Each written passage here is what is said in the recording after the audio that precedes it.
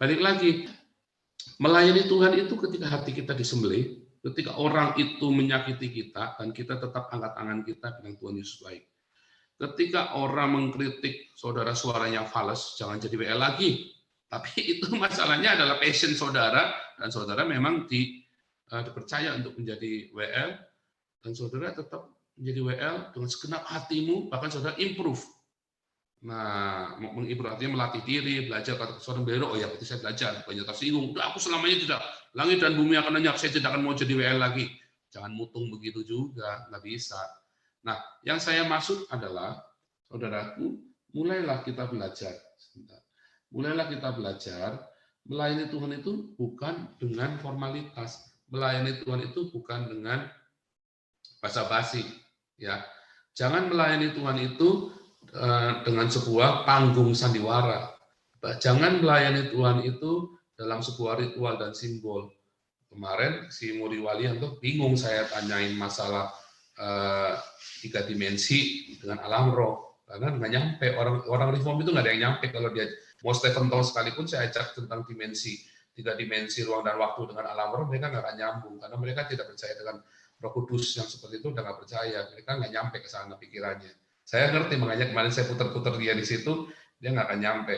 Nah, sama ketika kita melayani Tuhan, yang saudara lakukan di gedung gereja, itu bukan melayani Tuhan, itu melayani jemaat, melayani organisasi Anda, melayani komunitas Anda. Anda akan disebut melayani Tuhan, ya. Anda akan disebut melayani Tuhan ketika, perhatikan, ketika ada orang menyakiti kamu, dan kamu tetap berkata Tuhan Yesus baik, saat itu kamu melayani Tuhan. Ketika ada orang menyakitimu, menipu kamu, menghancurkan hidupmu, dan kamu tetap mengatakan Yesus baik. Ketika ada orang yang hina, tetapi anaknya butuh makan, dan Anda tetap kasih dia makan, walaupun Anda jijik sekali sama orang tuanya. Tapi Anda lihat anaknya butuh makan, Anda kasih makan dia. Tuhan Yesus berkata, barang siapa melakukannya untuk orang yang paling hina ini, kamu melakukannya untuk aku. Itu melayani Tuhan. Ketika Anda besuk orang di penjara, karena melakukannya untuk Tuhan, itu melayani Tuhan. Ketika ada orang yang nggak punya pakaian, saudara kasih pakaian, itu melayani Tuhan. Untuk yang paling hina ini, ketika ada orang yang sakit, yang lapar, yang membutuhkan bantuan Anda, dan Anda bantu karena Tuhan Yesus. Masalahnya banyak orang membantu bukan karena Tuhan Yesus. Karena apa? Ada orang yang hobinya bikin baik sama orang, tapi sama keluarganya sendiri nggak baik. Ya, kenapa? Karena dia suka cari puji-pujian dari orang. Wah, Paul hebat, itu orang hebat, itu kayak malaikat itu. Wah, saudara langsung senang, senyum sana sini. Jangan. Ya, setiap kali Anda melakukan sesuatu, lakukan untuk Tuhan. Jadi jangan dipamer-pamerin. Ya, saudara pergi ke panti asuhan, ya terus saudara foto-foto di panti asuhan. Saya pernah ya, saya pernah begitu ya. Sejujurnya itu nikmat. Terus kemudian langsung yang like banyak sekali. Wah, saya senang. Paul ini seperti malaikat. Orang boleh berkata apa, tapi teman-teman di Facebook semua tahu saya ini malaikat. Yesus bilang, sesungguhnya kamu sudah mendapatkan upahnya. Ini sekali ya, terjebak sekali, termehek-mehek itu. Iya, sama. Kalau saudara juga sama, saudara pergi ke gereja, ya saudara kasih sumbangan yang gede-gede. Nggak heran kamu kepahitan sama pendetamu ya, karena kamu mengharapkan rewards, mengharapkan pujian dari Pak Pendeta, mengharapkan setelah kamu kasih persembahan yang besar, kamu mau ngatur Pak Pendeta, ya banyak ya. Kalian yang sudah kasih perpuluhan yang besar, kalian donatur utama dari gereja itu, terus kalian atur-atur pendeta. Nah, yang celakanya pendetanya bego pula, pendetanya mau diatur-atur. Nah, itu masalahnya, pendetanya juga mau diatur-atur. Alasannya pendeta itu harus berhikmat, bro. Dia kan kakap, ikan paus itu. Nah, saudara pikirannya saudara dagang juga, sehingga apa? Saudara juga sudah nggak berani memberitakan kebenaran lagi. Makanya di gereja, ya jarang diceritain tentang karakter, khotbah tentang karakter, tentang kekudusan, tentang hidup benar, jarang. Nah, makanya kita mau sekarang belajar yang benar. Balik lagi perpuluhan.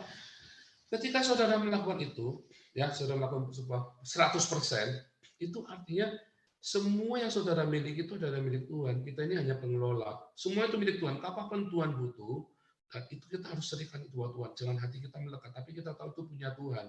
Ketika kita tahu ada dua hal, ya saudara amatin ya, di dalam perintah amanah agung. Orang bilang cuma satu, salah. Amanah agung itu ada dua.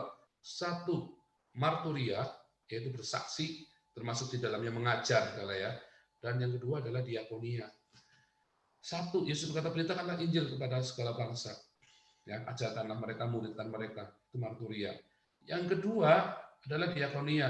Barang siapa melakukannya kepada orang yang paling hina ini, yang ngasih makan, ngasih tumpangan, ngasih pakaian, besok di penjara, waktu sakit dipedulikan, kamu melakukannya untuk aku. Marturia dan diakonia. Jadi kalau saudara sekarang saat ini punya uang itu saudara harus tahu, itu untuk marturia dan untuk diakonia, karena itu adalah milik Tuhan. Nah, tapi saudara kan butuh makan, anak-anak butuh sekolah, dan saudara harus manage uang itu dengan baik. Makanya Tuhan ngajar kita tentang mengelola keuangan, memanage keuangan itu dengan baik. Dan Tuhan ajari saya begitu hebat dan begitu keras tentang mengelola keuangan ini. Dan saya baru menyadari belakangan-belakangan ini. Dan nggak mudah saudara tahu ketika saudara punya uang tapi tidak menyembah uang itu, hartamu tidak melekat di situ. Itu nggak mudah. Kenapa? Saudara harus benar-benar punya hati yang disiplin. Itulah sebabnya ya Amsal ya, kalau saya berkata, jika hartamu bertambah banyak, janganlah hatimu melekat padanya. Ya, Tuhan Yesus sudah wanti-wanti, Alkitab banyak sekali ajaran-ajaran di Amsal yang tentang mengelola keuangan. Nah, saudara harus belajar mengelola keuangan dengan benar. Balik lagi tadi, 100% bukan 10%. Nah, kalau saudara melakukan 10%, maka pendetamu akan tambah kaya. Apalagi pendetamu nggak pernah memberitakan Injil, nggak pernah ngasih makan orang. Oh, kita semua kan mengundang mereka masuk, karena ayat-ayatnya berkata, undanglah mereka semua masuk supaya rumahku penuh, diundang semua. Jadi bukan kita yang keluar, tapi ayat itu nggak nyambung. Ayat itu bukan tentang rumah Tuhan seperti itu, dipaksa sama pendetanya. Oke lah, andai kata itu benar, undanglah mereka semua masuk. Kemudian ketika ada orang-orang Islam datang masuk, banyak gereja yang nggak berani baptis orang-orang Islam ini. Ya, kita itu disuruh pergi keluar. Nah, satu ketika ada orang di Padang yang sampai kita kasih tiket buat pergi, ya, ke rumah saya, berangkat pergi ke tempat saya ini dulu supaya dibaptis, kan di gereja di Padang nggak ada yang berani baptis orang Islam. Sama di Iran juga sama ya, banyak gereja tidak berani membaptis orang Iran. Sama lah, itu fungsinya gereja buat apa dong kalau begitu? Ya, gereja cuma jadi paguyuban. Karena gereja, nah suatu ketika saya dulu membaptis di dalam gedung gereja, karena waktu itu saya sudah mengundurkan diri dari gereja, maka saya nepe di gereja orang membaptisnya. Waktu itu saya awal-awal saya pelayanan benar-benar baru awal pemulihan, dan saya melayani lagi, saya menginjil dan saya membaptis banyak orang. Dulu saya membaptis di gedung gereja. Lalu salah satu penatua di gereja itu, pendeta di gereja itu, dia bilang sama saya, Pak, baptisnya jangan di sini Pak, jangan di gedung gereja dalam tanda kutip ya. Kenapa? Ya, nanti kalau ada apa-apa FPI ribut, nanti ributnya sama kita. Saya bingung, nah kalian buka gereja buat apa? Kan bukannya kita harus baptis orang. Nah, tapi sebetulnya karena saya ada di dalam komunitas tersebut, dan saya adalah aktivis waktu itu ya, maka waktu itu saya belum bergabung lagi dengan denominasi yang lain. Jadi waktu itu saya membaptis di situ, dan saya sudah izin sama gembala senior, boleh. Nah, tapi kemudian ada yang banyak yang hasil meeting mungkin nggak boleh, hasil mereka rapat. Nah, akhirnya sejak itu saya tidak membaptis di dalam gedung gereja lagi, tapi di sungai-sungai dan di danau-danau, ya di laut bahkan. Pertanyaan saya, lalu buat apa gereja itu? Wah, gereja itu hanya membaptis orang yang pindahan dari GKI, dari Katolik. Ya, ya. Saudara paham nggak maksudnya? Orang kan kalau dari Katolik, saudara mau pindah ke gereja, ke GPDI kan bisa dibaptis ulang kan? Kalau dari GKI makanya, pendeta saya banyak baptis orang, Pak Paul, iya, pindahan dari gereja lain kan? Coba deh cek, tanyain. Dari 100 baptisan setiap tahun, ya hanya satu yang dari Islam. Yang lain itu pindah dari Katolik, pindah dari GKI, ya kan? Yang dulu baptisnya percik, terus dibaptis Islam. Nah, kan pada kenyataannya seperti itu. Nah, itu yang kita harus terima fakta, bahwa gereja tidak memberitakan Injil. Nah, kita balik. Nah, kalau kita sekarang ada di gereja, apakah tidak boleh memberikan uang itu ke gereja? Oh, boleh. Tetapi kalau gereja itu tidak memberitakan Injil, tidak melakukan marturia dan diakonia, percuma saudara kasih ke sana. Karena saudara nggak akan diberkati, tadi berlipat ganda itu nggak ada. Barang siap menabuh dan menuai itu saudara nggak akan merasakan itu. Mengapa? Karena saudara sudah mendapatkan taburan di situ, kehormatan dari gereja, dari Pak Pendeta sudah menghormati saudara. Taburanmu makin banyak, pendeta makin menghormati kamu. Ya, kamu panggil tengah malam jam 1 pagi pun, kalau perpuluhanmu setiap bulan 10 juta, kamu dipanggil jam 1 malam, pendeta juga datang. Tapi kalau perpuluhanmu tiap bulan cuma 100.000, biar jangan kan jam 1 malam, ya jam 8 malam saudara panggil pendeta karena perutnya sakit pun nggak akan datang pendeta. Oh, besok ya, udah capek. Tapi kalau saudara taburannya 10 juta, apalagi kalau tiap bulan ngasih 1 miliar, jangankan jam 1 malam, ya. Tiap malam jam 1 pagi saudara suruh nemenin dia pun, dia kan, ya oke, kita sekalian doa pagi, doa semalam suntuk. Akan setia dia. Nah, itulah masalahnya. Nah, jangan berikan persepuluhan dan uang persembahanmu kepada gereja yang tidak melakukan marturia dan diakonia. Itu satu, karena taburanmu tidak akan berfungsi apa-apa bagi kerajaan Allah. Di mana hartamu berada, di situ artimu ada. Kalau gereja itu hanya mempercantik diri, beli mixer yang bagus, beli alat musik yang bagus, beli peralatan gedung gereja yang bagus, tanpa melakukan diakonia dan marturia, menjangkau keluar kepada orang-orang non-Kristen dan kasih makan orang, ya bahkan ada cuma saya kasih makan orang, iya ada banyak gereja yang kasih makan orang, foto-foto taruh di multimedia, taruh di multimedia gereja, wah kita melakukan ini, tapi jemaatnya sendiri banyak yang kere, jemaat di gereja itu banyak yang kere, nggak bisa bayar sekolah, nggak bisa ngambil ijazahnya, karena tapi gereja tutup mata, tapi dia banyak untuk melakukan amal sedekah di luaran, terus foto-foto. Dan itu pun bukan dari dana gereja, tapi dari urunan, jemaat urunan lagi. Nah, perpuluhannya buat apa? Ya seperti lainnya lagi. Nah, saudara hati-hati. Ada banyak sekali gereja suka bikin proyek-proyek KKR. Nah, ada lagi bikin proyek-proyek KKR dari gereja ke gereja yang lain. Ya, bukan melakukan benar-benar marturia. Jangan saudara pernah menabur di tempat-tempat seperti itu. Tidak akan berbuah. Tidak akan berbuah.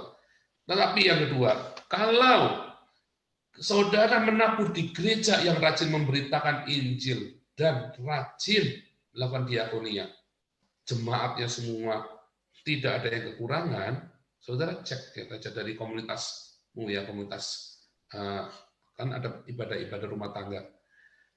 Kalau ada yang berkekurangan, saudara lapor kepada koordinator Anda atau kepada senior Anda. Dan itu harusnya kekurangan itu dibantu. Dulu ya saya rahasia kenapa saya dulu dari 5 orang oma-oma, waktu saya menyembahkan itu di 5 orang oma-oma, dipercaya 5 orang oma-oma, menjadi 200 hanya dalam 100 tahun.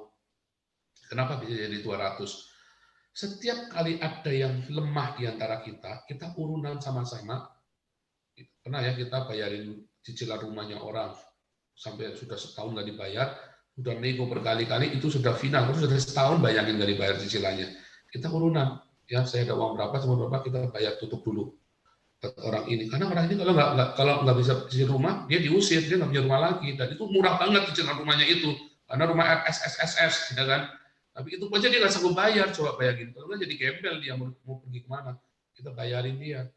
Terus ada anak yang nggak bisa sekolah, jemaat kita anak yang bisa sekolah, kita urunan lagi, kita biayain anaknya. Maka ini cerita dari mulut ke mulut, maka orang kumpul sama kita semua, ya cerita banyak. Makanya orang-orang itu makin banyak, jadi 200 ya, itu dan semua itu dari kebanyakan itu semua dari orang yang tidak ke gereja yang datang kepada kita, bukan dari gereja lain kita tarikin ikut komunitasnya kita, enggak loh.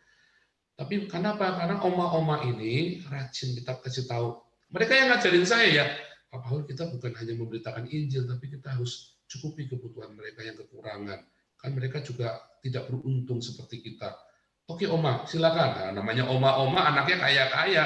Ada yang direkturnya perusahaan elektronik besar, direkturnya Sharp, gitu ya. Ada yang anaknya direkturnya bank Bumi Putra, asuransi.